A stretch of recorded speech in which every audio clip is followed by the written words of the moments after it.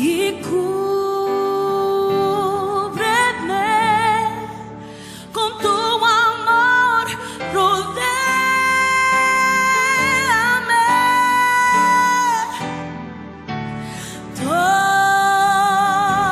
tómame cerca, quiero estar.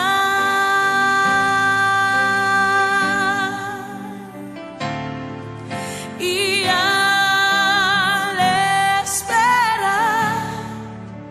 nuevas fuerzas yo tendré y me levantaré como las águilas por el poder de tu amor. Pueden cantar esto conmigo, dile. Vengo a ti, Señor, cámbiame, renuévame por la gracia que encontré en ti.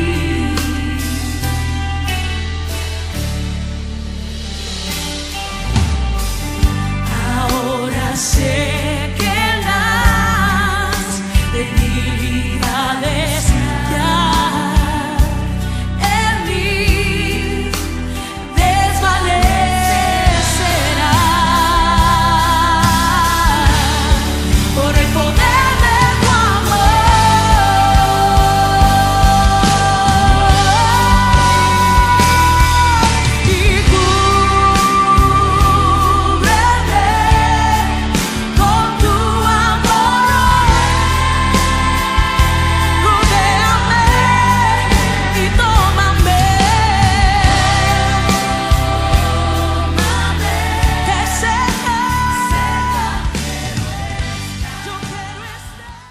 Muy buenos días, hermanos, que Dios les bendiga a cada uno de ustedes. Damos gracias a Dios porque ha permitido que estemos aquí en nuestros hogares en esta mañana, reunidos para adorar su santo nombre. Ese es el día que el Señor ha permitido que le adoremos y podamos bendecir y glorificarle y escuchar de su palabra. Y queremos leer así en Tito 2, del 11 al 13. Dice la palabra del Señor. Leemos en el nombre del Padre, del Hijo y del Espíritu Santo. Porque la gracia de Dios se ha manifestado para salvación a todos los hombres, enseñándonos que, renunciando a la impiedad y a los deseos mundanos, vivamos en este siglo sobria, justa y piadosamente, aguardando la esperanza bienaventurada y la manifestación gloriosa de nuestro gran Dios y Salvador Jesucristo. Amén. Señor, te adoramos y te bendecimos, te glorificamos. Padre, queremos adorarte en esta mañana y queremos cantarte así. Gracias sublime.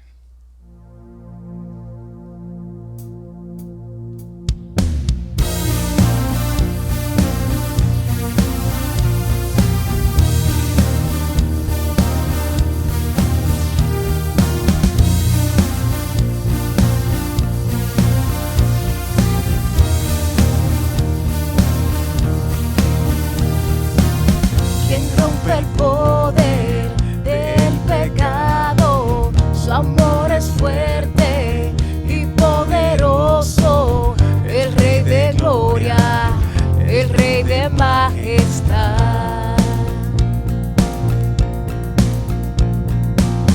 Conmueve el mundo con su estruendo y nos asombra con maravillas, el Rey de gloria, el Rey de majestad. Gracias sublime es, perfecto es tu amor. Tomaste mi lugar, cargaste tú mi cruz, tu vida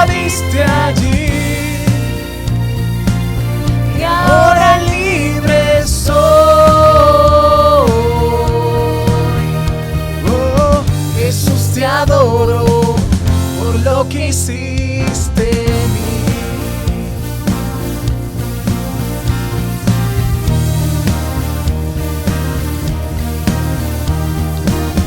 Pusiste en orden todo el caos, nos adoptaste como tus hijos, el Rey de gloria, el Rey de majestad, el que gobierna con su justicia y resplandece con su belleza, el Rey de gloria, el Rey de majestad. Oh, gracias sublime es, perfecto es tu amor. Tomaste mi lugar, cargaste tú mi cruz, tu vida diste allí y ahora libre soy. Oh, Jesús, te adoro por lo que hiciste en mí. Cantémoslos juntos al Señor. Digno es el Cordero de Dios, digno es el Rey que la muerte venció, digno es el Cordero de Dios, digno es el Rey que la muerte venció. Digno es el Cordero de Dios, digno es el Rey que la muerte venció. Digno es el Cordero de Dios, digno, digno. Gracias sublime es, perfecto es tu amor. Tomaste mi lugar, cargaste tú mi cruz, tu vida diste allí y ahora libre soy.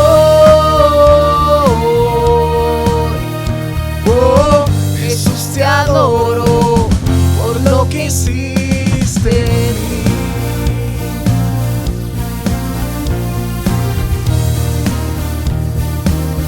Por lo que hiciste en mí.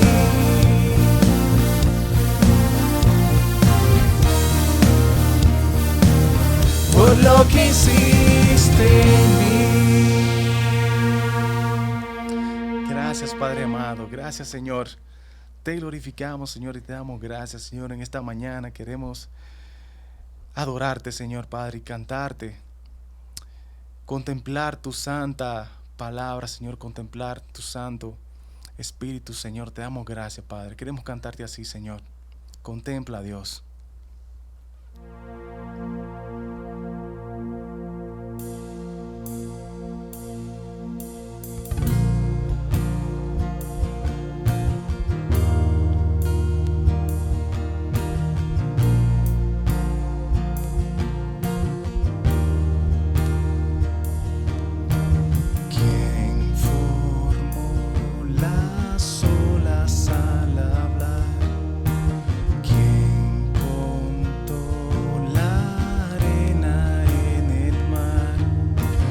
Reyes, pueblos tiemblan a su voz, la creación le rinde adoración.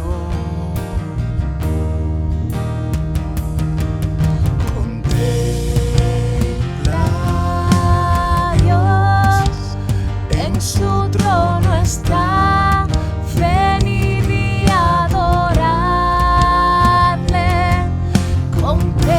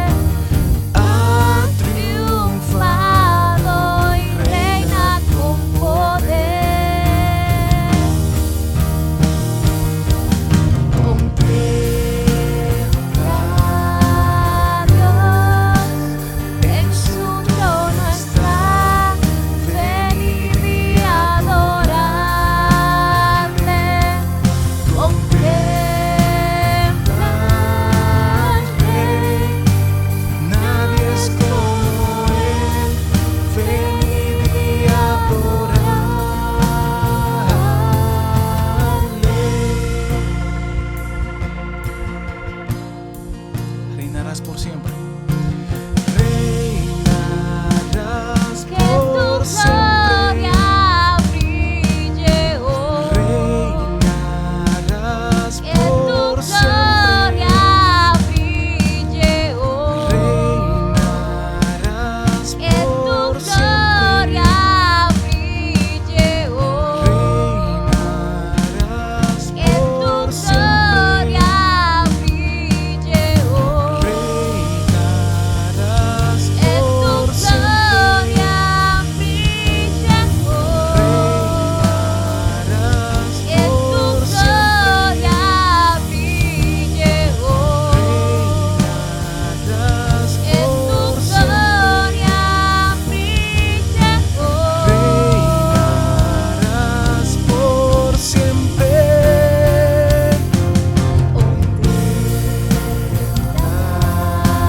Dios en su trono está, venid y adoradle.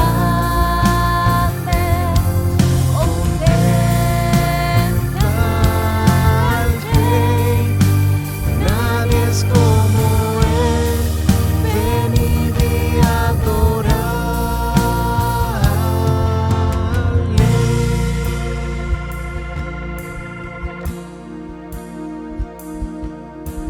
Te damos gracias, Padre. Te contemplamos a ti, Señor. Te adoramos, Señor. Queremos cantarte una vez más. Decirte así, Señor. Contempla a Dios, en su trono está. Venid y adoradle. Contempla al Rey, nadie es como Él. Venid y adoradle.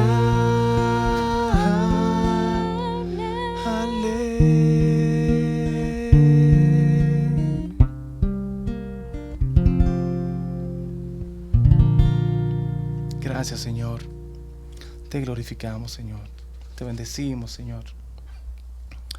Te adoramos, Padre amado. Gracias, Señor.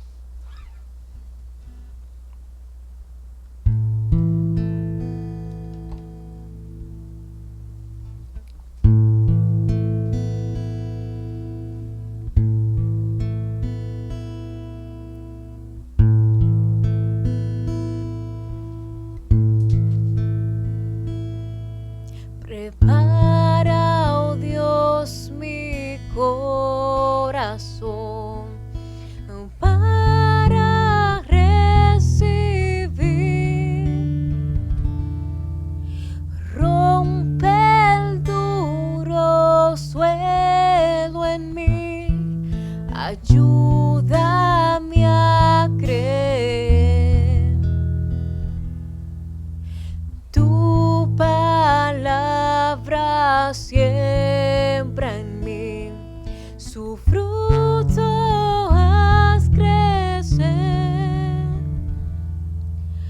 Haz que pueda escuchar, guíame en tu verdad.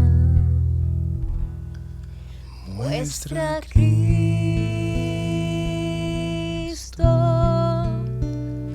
muestra a Cristo.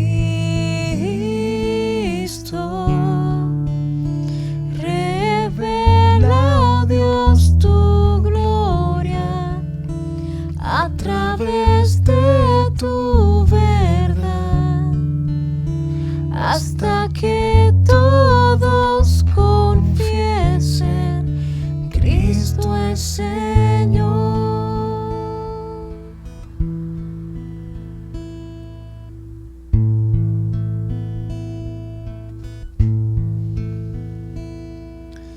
Viva luz es tu verdad en mi oscuridad. Me guarda en la tentación, sabiduría me da. Manjar a los hambrientos, y esclavos libertad, riqueza al alma, pobres, ven háblame, Señor, muestra a Cristo, muestra a Cristo,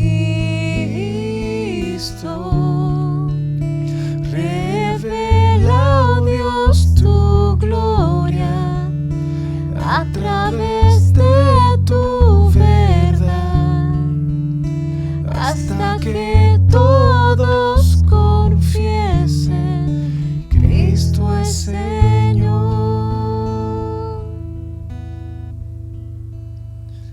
¿Dónde más iré, Dios? ¿Dónde más iré? Tienes palabras de vida eterna. ¿Dónde más iré, Dios? ¿Dónde más iré? Tienes palabras de vida eterna. ¿Dónde más iré, Dios? ¿Dónde más iré? Tienes palabras de vida eterna. ¿Dónde más iré, Dios? ¿Dónde más iré? Tienes palabras de vida eterna.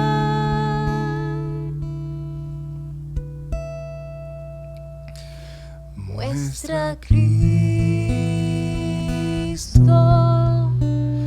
muestra a Cristo, muestra a Cristo, muestra a Cristo, revela, oh Dios, tu gloria a través de tu verdad, hasta que todos confiesen, Cristo es Señor.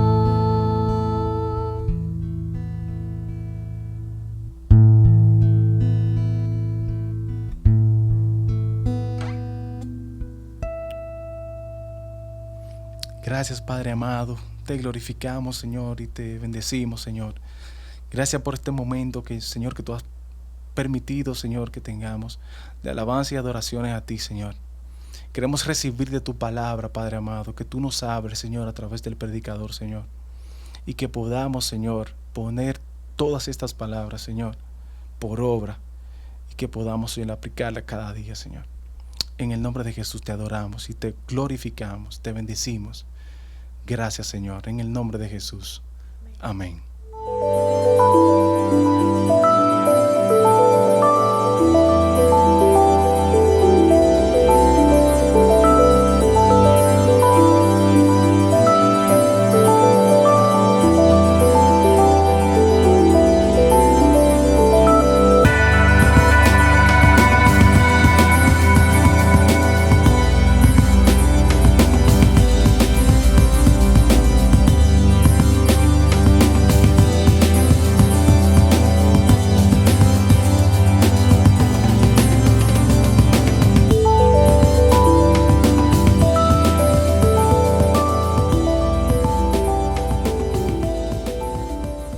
Hermanos, damos gracias a Dios una vez más por permitirnos estar conectados online para compartir la palabra de Dios, agradeciendo al Señor la oportunidad que nos brinda de poder adorar aún desde nuestros hogares.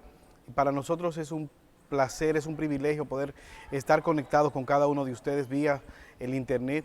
Y en este momento quisiéramos invitarte a que junto a tu familia puedas ir y buscar una Biblia para compartir la palabra de nuestro buen Dios y Salvador Jesucristo.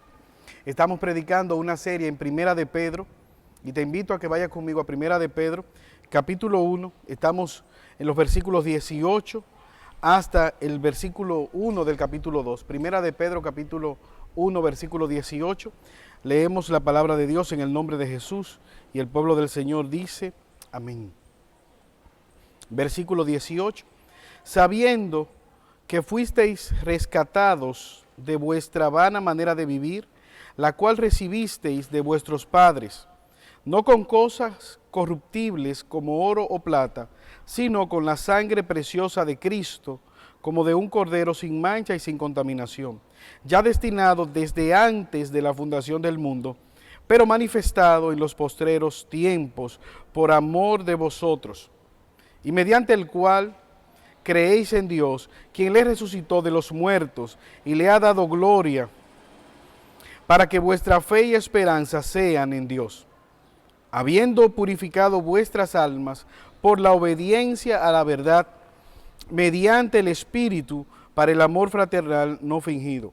Amaos unos a otros entrañablemente de corazón puro, siendo renacidos, no de simiente corruptible, sino de incorruptible, por la palabra de Dios, que vive y permanece para siempre. Versículo 24. Porque toda carne es como hierba, y toda la gloria del hombre como flor de la hierba. La hierba se seca y la flor se cae, mas la palabra del Señor permanece para siempre. Y esta es la palabra que por el Evangelio os ha sido anunciada. Desechando pues toda malicia, todo engaño, hipocresía, envidias y todas las distracciones. Desead como niños recién nacidos la leche espiritual no adulterada, para que por ella crezcáis para salvación, si es que habéis gustado la benignidad del Señor. Estamos predicando una serie en Primera de Pedro que hemos titulado Esperanza en medio del sufrimiento. Y este es nuestro tercer sermón, que hemos titulado el sermón Nuestro faro o nuestra ancla. Me he debatido si ancla o faro, pero nuestra ancla en medio del sufrimiento. Y lo que me propongo a la luz de este pasaje es que podamos ver que en medio del sufrimiento, Dios es el ancla que nos sostiene. Dios es el ancla que mantiene firme nuestro barco en puerto. Pero también Dios es ese faro que ilumina el puerto seguro al cual nosotros podemos ir. Y lo que me propongo a la luz de este pasaje es que podamos ver la obra de Dios en la vida del creyente, obrando para darle paz, para darle garantía en medio del sufrimiento. Pero antes quisiera que me acompañaras orando, presentando delante del Señor lo que hemos de compartir en esta preciosa mañana. Oremos. Amante y buen Padre Celestial, te agradecemos, Señor, porque tú eres un Dios misericordioso que gobierna todas las cosas. No hay circunstancias que escapen a tu control. En esta hora, Señor, yo te pido por el predicador, que tú le guíes, que tú dirijas, que tú quites de él todo lo que no provenga de ti. Y que tú por medio de tu Espíritu Santo le dirija, traiga, Señor, a su mente lo que tú quieres tratar con tu pueblo. Es tu pueblo, oh Dios, es tu rebaño que necesita tu palabra. Pero también yo oro por cada uno de los oyentes. Mira a aquellos que no te conocen y que están escuchando esta palabra, que puedan venir en fe y arrepentimiento y ser traídos delante de ti. Pero también mira a tu pueblo que está pasando por dificultades, aquellos que están pasando por desánimo, por inquietud. Yo te suplico que la palabra traiga consuelo, que la palabra traiga esperanza a cada uno de sus corazones. Y que al final de todo lo hablado en esta mañana, tu nombre pueda ser glorificado. Danos no solamente el escuchar tu palabra, sino también el ser hacedores de ella, porque te lo pedimos por Jesús. Amén. Al nosotros hojear nuestra Biblia y pasar del Antiguo Testamento al Nuevo Testamento, simplemente es pasar una página. Pero el pasar esa página implica 400 años de silencios. 400 años de silencio en el cual Dios no habló. Nadie se levantó como una voz autorizada de parte de Dios. No hubo un profeta que se levantara y dijese, así dice Dios. Fue un período que es conocido como el período intertestamentario, un período de oscuridad para todos aquellos que nacieron, puesto que no había nadie que se levantara como profeta de parte de Dios. Es ahí que Dios levanta un hombre muy peculiar. Dice las Escrituras que él vestía con piel de camello, que comía esperanzas con miel silvestre y que habitaba en el desierto, en un lugar inhóspito. ¿Cuál es el nombre de este hombre? Su nombre es Juan el Bautista. Ahora, ¿cuál era el llamado? ¿Cuál era el mensaje que Dios traería luego de 400 años de silencio? ¿Cuál era el llamamiento que Dios iba a hacer al pueblo en medio de este gran silencio? ¿Qué tenía Dios que decir 400 años después de haber guardado silencio? Y los evangelios registran lo que Dios decía a través de aquel hombre llamado Juan. Lucas capítulo 3, Mateo capítulo 3, Marcos capítulo 1 y Juan capítulo 1 registran el mensaje de Juan. ¿Cuál era el mensaje de Juan? Arrepentíos porque el reino de los cielos se ha acercado. Y es interesante porque en medio de este mensaje de llamamiento, de preparar el terreno para aquel rey que venía detrás de él, muchas personas se les acercaron. A los religiosos les dijo, no confíen en su religión, pensando que ustedes tienen a Abraham por padre. A los soldados le preguntaron, ¿y nosotros qué debemos hacer ahora que nos hemos arrepentido de nuestros pecados? Juan les respondía, no sean usureros, confórmense, regocíjense con su salario. Pero también a los publicanos, aquellos que cobraban impuestos para el imperio, él les decía, cobren lo que es justo y no traten a los demás con usura. Es decir, que para cada una de las personas que se le acercaban, había un llamado, arrepiéntete, o sea, ven ahora que Dios se ha acercado y resuelve tu relación, tu situación con Dios. Pero también de manera horizontal había un llamado a cómo ellos debían relacionarse con los demás a la luz de esa nueva relación vertical con Dios. Y yo pienso que esto es importante, puesto que Dios se ha acercado a nosotros también. Nosotros entonces tenemos una responsabilidad. Han pasado más de 2000 años de este mensaje. ¿Y sabes qué? ¿Cuál es el mensaje que Dios tiene para cada uno de nosotros? Sigue siendo el mismo mensaje. Arrepentíos, convertíos, pero también de manera horizontal, que se manifieste la misericordia y esa transformación interna sea manifestada de manera horizontal para con los demás. En el texto que nosotros acabamos de leer, es un pueblo que está pasando por sufrimiento. Pedro le está escribiendo para dar esperanza a este pueblo en medio del sufrimiento repentino que ha venido. Ahora, ¿cómo ellos podían? ¿A dónde mirar en medio de la turbulencia? ¿Cuál es ese faro que ellos debían ver? ¿Cuál es esa luz que ellos debían seguir, metafóricamente hablando? ¿Cuál es el ancla que iba a sostener sus vidas en medio de la turbulencia que estaba viniendo en el sufrimiento? Y yo pienso, hermanos, que al igual que ellos, nosotros también pasamos por ese tipo de dificultades. Y es entonces donde cobra pertinencia la palabra de Dios. Y lo primero que nosotros quisiéramos ver en el versículo 18 es la fuente de nuestra salvación. ¿Cuál es la fuente de nuestra salvación? Versículo 18. Sabiendo que fuisteis rescatados de vuestra vana manera de vivir, la cual recibisteis de vuestros padres, no con cosas corruptibles como oro o plata. Nuestra condición de esclavo. Pedro les dice, ustedes tienen esperanza, hay algo que ustedes saben, puesto que Dios les ha salvado. Y a veces nosotros leemos esto y lo pasamos por alto. A veces leemos las escrituras y dice, sí, ellos fueron rescatados, nosotros fuimos rescatados. Pero la idea que Pedro está hablando, lo que Pedro tiene en mente es la esclavitud a la cual ellos estaban sometidos. No es como nosotros en nuestro contexto que llamamos a un amigo, ven, se dañó el vehículo, ven a rescatarme. O mira, no encuentro con quién ir a mi casa, ven por favor, pásame a buscar. La idea que Pedro tiene es un pecador, es un esclavo, es una persona enemiga de Dios, es una persona lejos de la esperanza, esclavizada al pecado. En una vana manera de vivir, de acuerdo a la vanidad de su mente, con una relación con Dios de condenación y viviendo cada segundo, respirando cada instante delante de Dios en ira. La Biblia enseña que Dios está constantemente airado con el pecador, viviendo una vida sin sentido.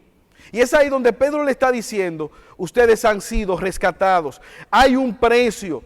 Ustedes estaban vendidos al pecado, eran esclavos del pecado y hubo un precio que fue pagado por ustedes. ¿Cuál fue ese precio?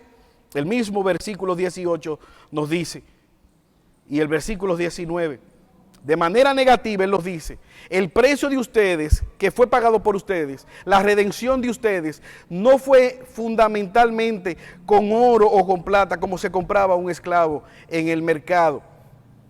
El precio que fue pagado por ustedes, por su redención, fue la sangre de Jesucristo. No fue con cosa corruptible, sino con la preciosa sangre de Cristo. Versículo 19. Como de un cordero sin mancha y sin contaminación, ya destinado desde antes de la fundación del mundo, pero manifestado en los postreros tiempos por amor de vosotros. Pedro les está diciendo, utilizando la analogía del Antiguo Testamento, Pedro dice, Dios escogió Él mismo el Cordero. Dios seleccionó ese Cordero perfecto, ese Cordero sin ningún tipo de imperfección, en el cual Él iba a satisfacer su justa ira, y ese Cordero es Jesucristo. Desde antes de la fundación del mundo, Dios dispuso a Jesucristo para ser sacrificado por nuestros pecados. Estábamos vendidos al pecado, vendidos a la esclavitud, reos de condenación, camino a la muerte eterna, pero por la misericordia de Dios, Dios propició, Dios se proveyó de un cordero, no cualquier cordero, su propio Hijo, la sangre de su propio Hijo fue vertida por nuestros pecados. Y esto es interesante, hermanos, porque la Biblia nos enseña que esa sangre perfecta era el único camino para nuestra redención. Esa es una sangre perfecta, una sangre pura, una sangre que permanece. Ya no es necesario ningún otro sacrificio en propiciación por nuestro pecado. Es el único camino que nos puede llevar a una correcta relación con Dios. En el libro de Primera de Samuel, la Biblia nos narra, en el primero libro de Samuel, nos narra la historia de un gladiador. El pueblo de Israel había pecado y como juicio Dios había enviado un gladiador.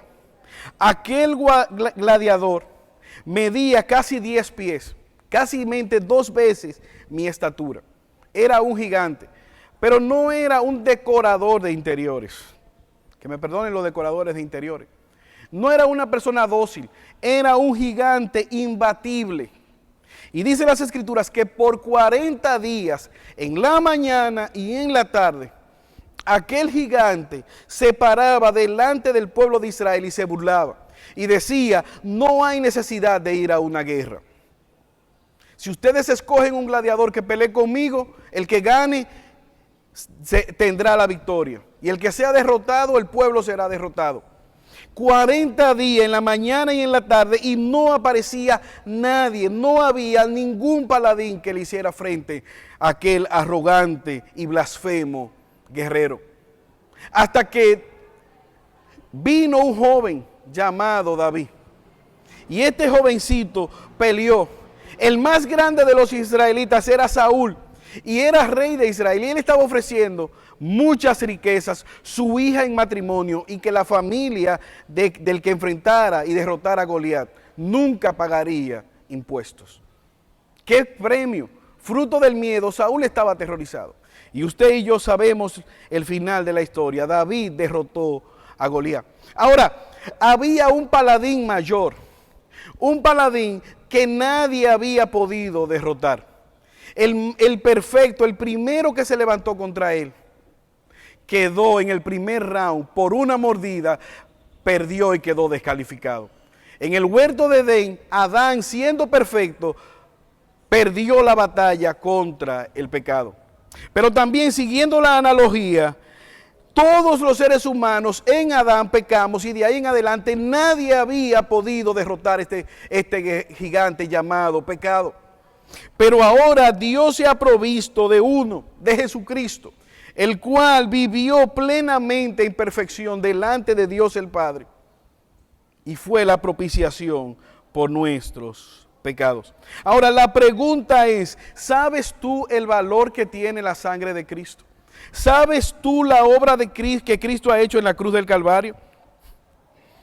Porque Si la sangre de Cristo hubiese fallado, si Cristo no hubiese muerto en propiciación por nuestro pecado, todavía nosotros estuviéramos siendo reos de condenación. No hubiese ninguna esperanza. Pero la Biblia dice que Dios aprobó la obra de Cristo, que Dios validó el sacrificio de Cristo. ¿Cómo lo hizo? Levantándole de los muertos y dándonos a nosotros esperanza. Por medio de la obra de Cristo nosotros fuimos rescatados del pecado, versículo 21.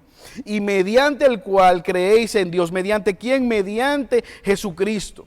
Mediante la obra de Cristo, en el cual creéis en Dios, quien le resucitó de los muertos y le ha dado gloria. ¿Para qué? Para que vuestra fe y esperanza sean en Dios. Por medio de la obra de Cristo nosotros tenemos fe y esperanza en Dios.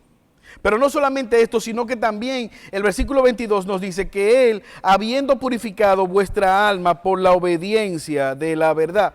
No solamente Dios nos salvó por medio de la obra de Cristo, sino que también Dios es nuestra fuente de santificación. Él transformó nuestra manera de vivir interiormente.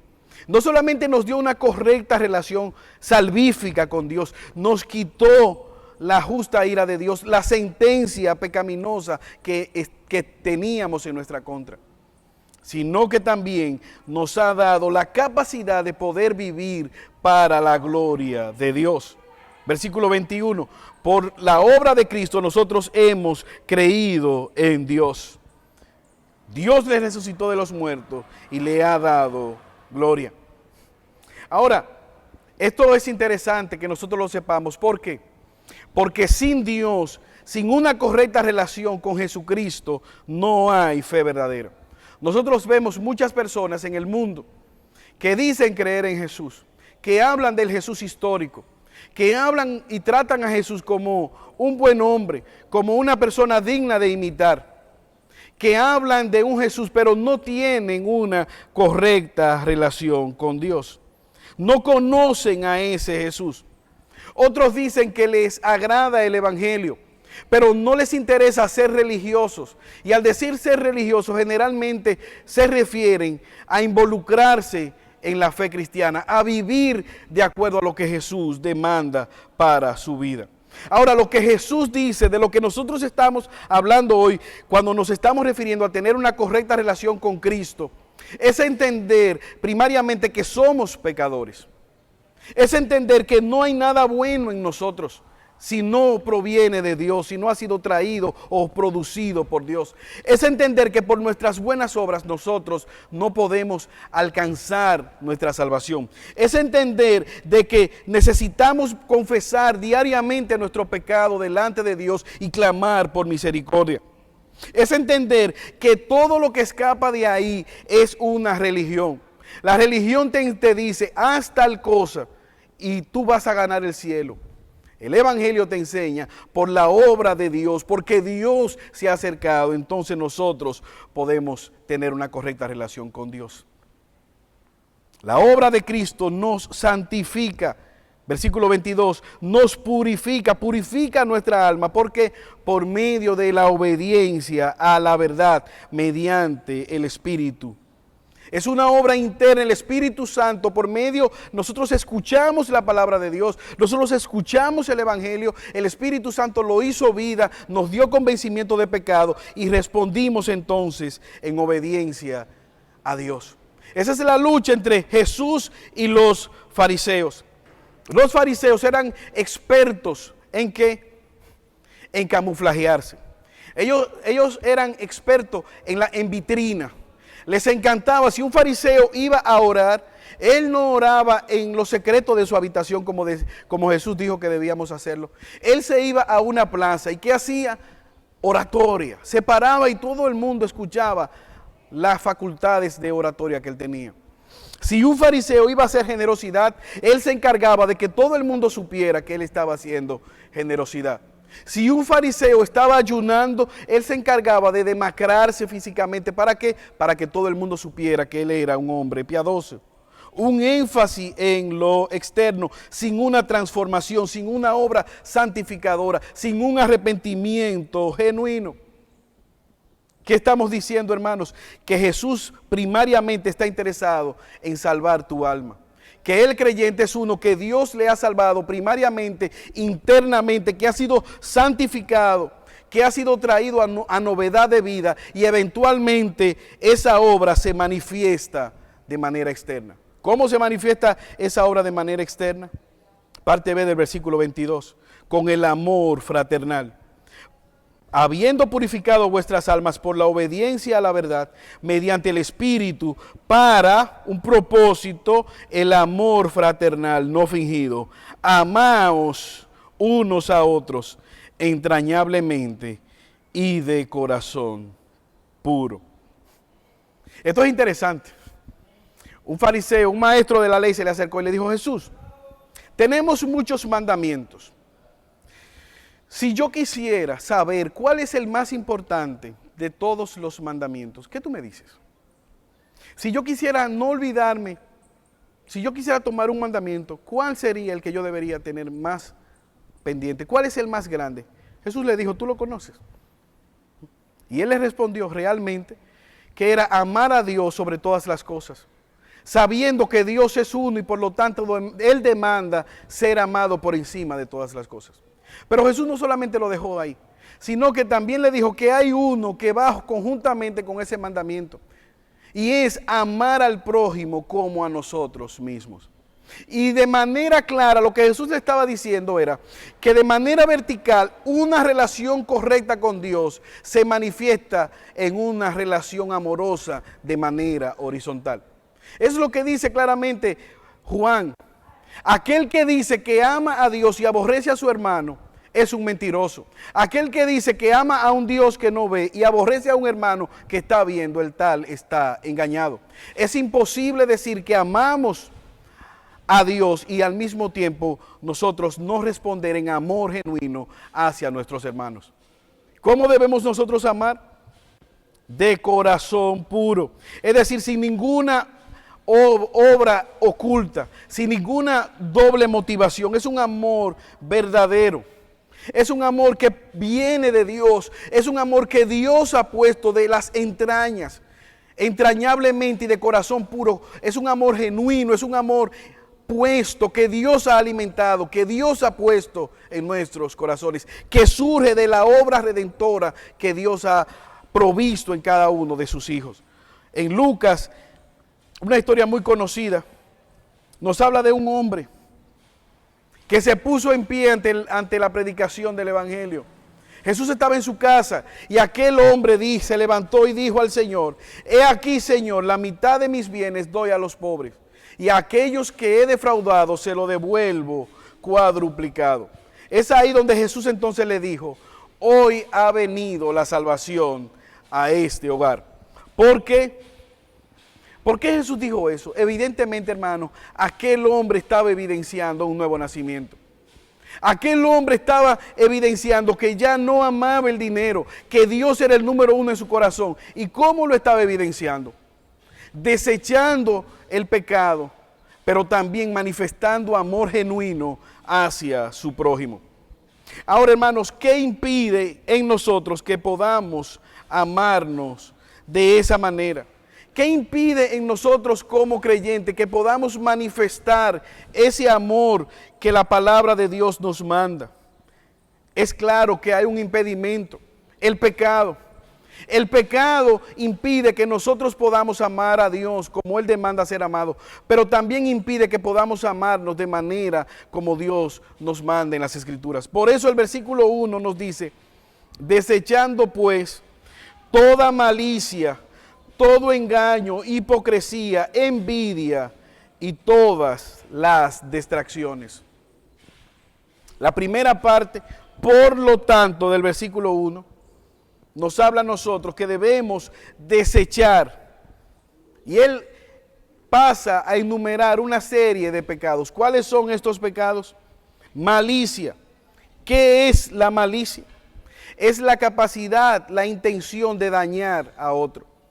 En el creyente no debe estar el deseo de dañar, de ofender, de maltratar a otro.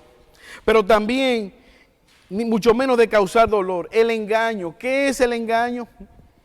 Todo lo engañoso hace alusión a la falsedad, a la astucia, a la difamación, a la traición, a la doble intención, engaño. Eso no debe darse en el creyente. Hipocresía y envidias. ¿Qué es una hipocresía? Los hipócritas, era una careta, la hipocresía se le llamaba cuando actuaban en los dramas, se ponían esa careta. Actuar con esa doble careta. O sea, decir algo, pero realmente sentir otra cosa. No ser consono con lo que estamos diciendo. O sea, no sentir lo que estamos diciendo. Envidias. Yo sentirme mal por el éxito ajeno. O yo anhelar lo que Dios le ha provisto a otro. Y también Él dice, desecha todas las detracciones. ¿Qué son las detracciones? Las calumnias. El hablar mal de otro, ¿para qué? Para yo brillar.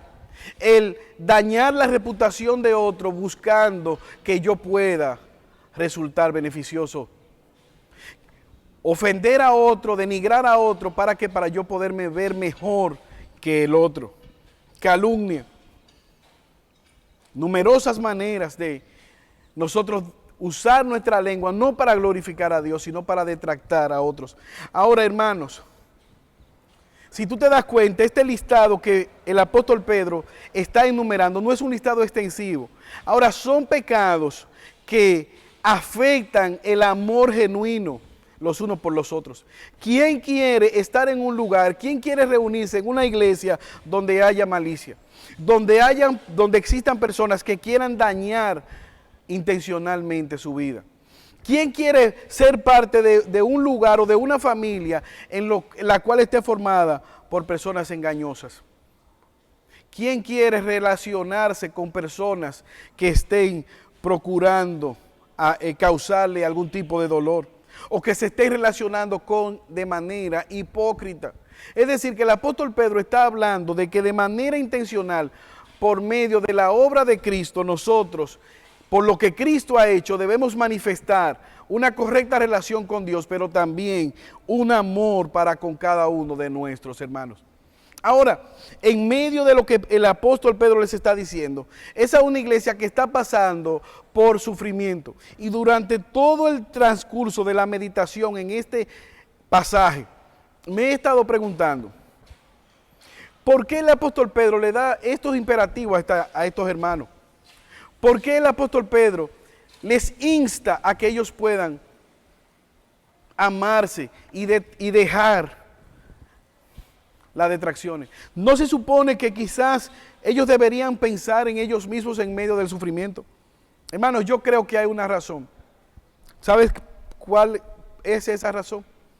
Porque en medio del sufrimiento, en medio del dolor, nosotros tendemos en nuestra naturaleza a olvidarnos de Dios, a olvidarnos de la obra de santificación delante de Dios, a olvidarnos del llamado que Dios ha hecho para cada uno de nosotros. ¿Y qué hacemos? Nos volvemos egoístas. Y nos olvidamos que también tenemos la responsabilidad delante de Dios de velar por las necesidades de los demás, de estar atento a la obra que Dios nos ha puesto en nuestra mano, y no solamente nuestra necesidad, sino que debemos seguir siendo instrumentos para la gloria de Dios. Debemos pedirle a Dios que nos dé el ayudar a otros, el no simplemente ver mis necesidades, mis problemas y mis dificultades, sino que también podamos ser generosos en medio del sufrimiento. Y esto es algo, hermanos, que no nos sale de manera natural. Esto es algo que es producido por la obra de Cristo. ¿Qué está haciendo cada quien? Aquellas personas que no conocen del Señor. Muchas personas hemos visto los videos. de personas que de manera generosa y voluntaria están regalando comida, están ayudando a los demás, están teniendo misericordia. Pero también esta situación de dificultad ha sacado la parte oscura de los seres humanos, la peor parte. También hemos visto personas corruptas que presumiblemente, que aparentemente han tratado de desviar fondos en medio de una pandemia. Hemos visto personas que han falsificado pruebas para detectar COVID-19, pruebas falsas que no funcionan, que pueden mandar a una persona y decirle que está sana cuando quizás está enferma. Hemos visto también personas corriendo de los hospitales o negándose a atender a algún necesitado. Hemos visto el egoísmo también materializarse. Pero como creyentes nosotros estamos llamados delante de Dios a despojarnos. Y esto debe a nosotros retarnos en este momento. Cuando un creyente en el siglo I era bautizado, ¿sabe lo que hacía? Cuando él era bautizado, otro hermano le esperaba afuera con una ropa nueva. Y él entonces se quitaba esa ropa y se vestía con una nueva ropa. Tú y yo, y es la idea que Pedro quiere transmitir en este pasaje, debemos, por la obra que Cristo ha hecho en nosotros, porque hemos nacido, porque somos una nueva creación en Él, nosotros entonces debemos despojarnos del pecado que nos impide amar a Dios libremente y también relacionarnos con los demás. Yo hace algún tiempo he visto una pandemia que se ha extendido por muchas iglesias. ¿Cuál es esa pandemia?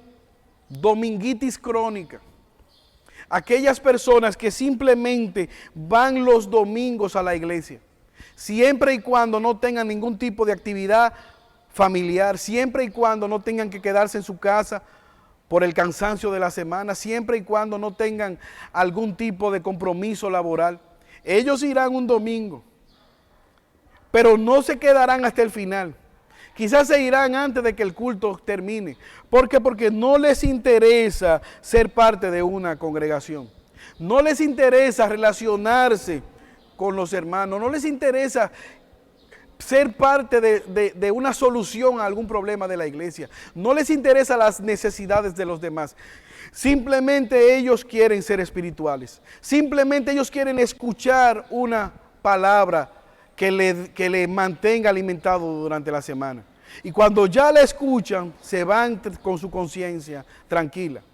Quizá tú que me estás escuchando sea una de esas personas, que no eres miembro de ninguna iglesia local, que simplemente te has acostumbrado a ir de iglesia en iglesia, cazador de predicadores, comedor de buffet, que hoy comes aquí, mañana allá, pero en ninguna parte no le rindes cuentas a nadie. Nadie te pastorea.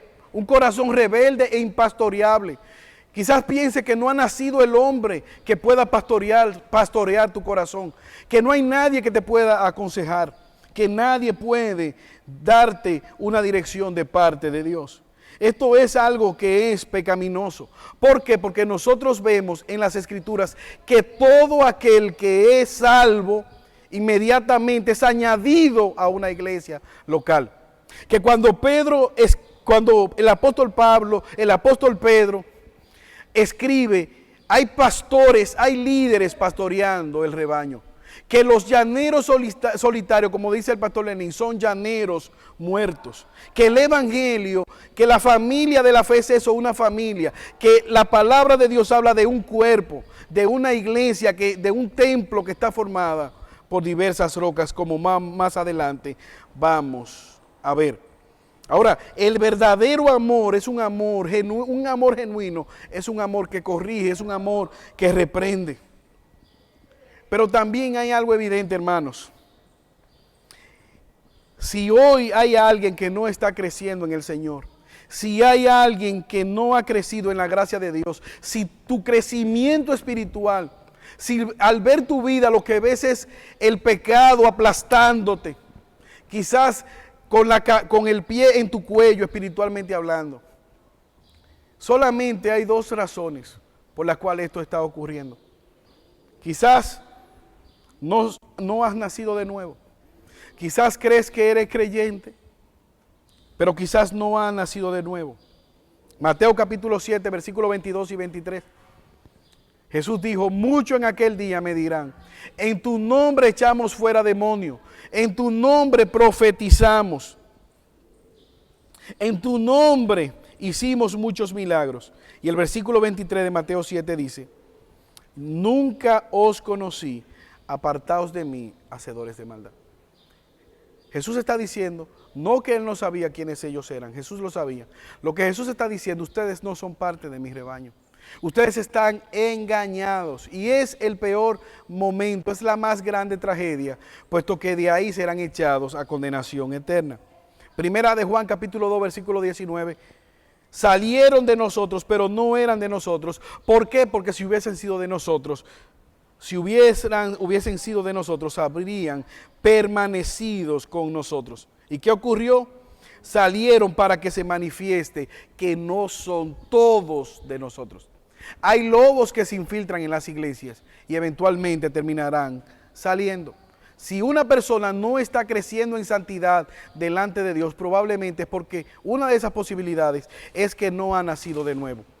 ¿Por qué? Porque la sangre de Cristo no se equivoca. La sangre de Cristo es eficaz para quitar y salvar, quitar todo pecado y salvar al pecador. Pero hay otra intención, quizás sea creyente. Y es entonces ahí donde no estás creciendo, donde el pecado te tiene postrado, es quizás porque estás pisoteando la sangre de Cristo. Y al hablar de esto me estoy refiriendo a personas que habitualmente practican el pecado, que diciéndose creyentes no viven en santidad, sino que viven para satisfacer su carne y su pecado. Hebreos capítulo 10, versículo 23 al 29 nos dice, mantengámonos firmes sin fluctuar la profesión de fe en nuestra esperanza, porque fiel es el que os prometió. Y considerémonos unos a otros para estimularnos al amor y a las buenas obras, no dejando de congregarnos como algunos tienen por costumbre, sino exhortándonos y tanto más cuando veis que aquel día se acerca. Y oiga la advertencia que dice el autor de los Hebreos.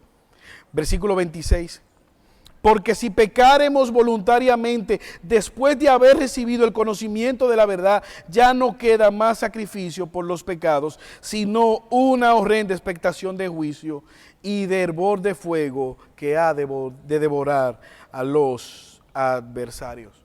Si voluntariamente nosotros pisoteamos la preciosa, la incomparable sangre de Cristo, entonces lo que queda es una horrenda expectación de juicio. Por lo tanto, hermanos, el llamado en esta hora es el mismo llamado que hacía el apóstol Pedro para con ellos. Por la obra de Cristo en vuestro favor, despojados del pecado que os asedia y claramente poder entonces nosotros vivir para la gloria de Dios, manifestándonos en amor los unos a los otros.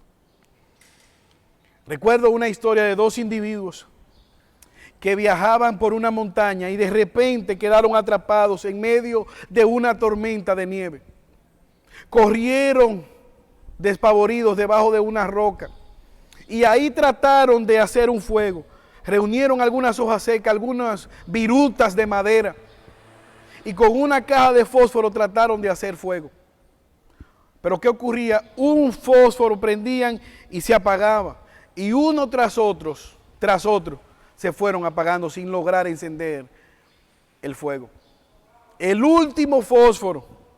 Y ellos estaban entonces confiados en poder hacer el fuego. ¿Qué pasó? Encendieron el fósforo y también ese fósforo se apagó. Es ahí donde yo dice, pero vamos a revisar nuestra ropa, quizás podamos encontrar otro fósforo. Y uno de ellos sintió como en uno de esos bordes de la ropa, del abrigo que tenía, un pedacito de madera. Tomó uno del cuchillo y abrió, y ahí estaba un pedazo de fósforo, un fósforo partido por la mitad, pero que conservaba la cerilla, que conservaba el mito, como decimos nosotros, para poder prender. Es ahí donde ellos se pusieron de acuerdo, cerraron las manos, tratando de encender aquel fuego. Y uno le preguntó, ¿sabes tú qué es lo más importante en este mundo? Y ellos le respondieron, ese fósforo. El otro le respondió, ese fósforo.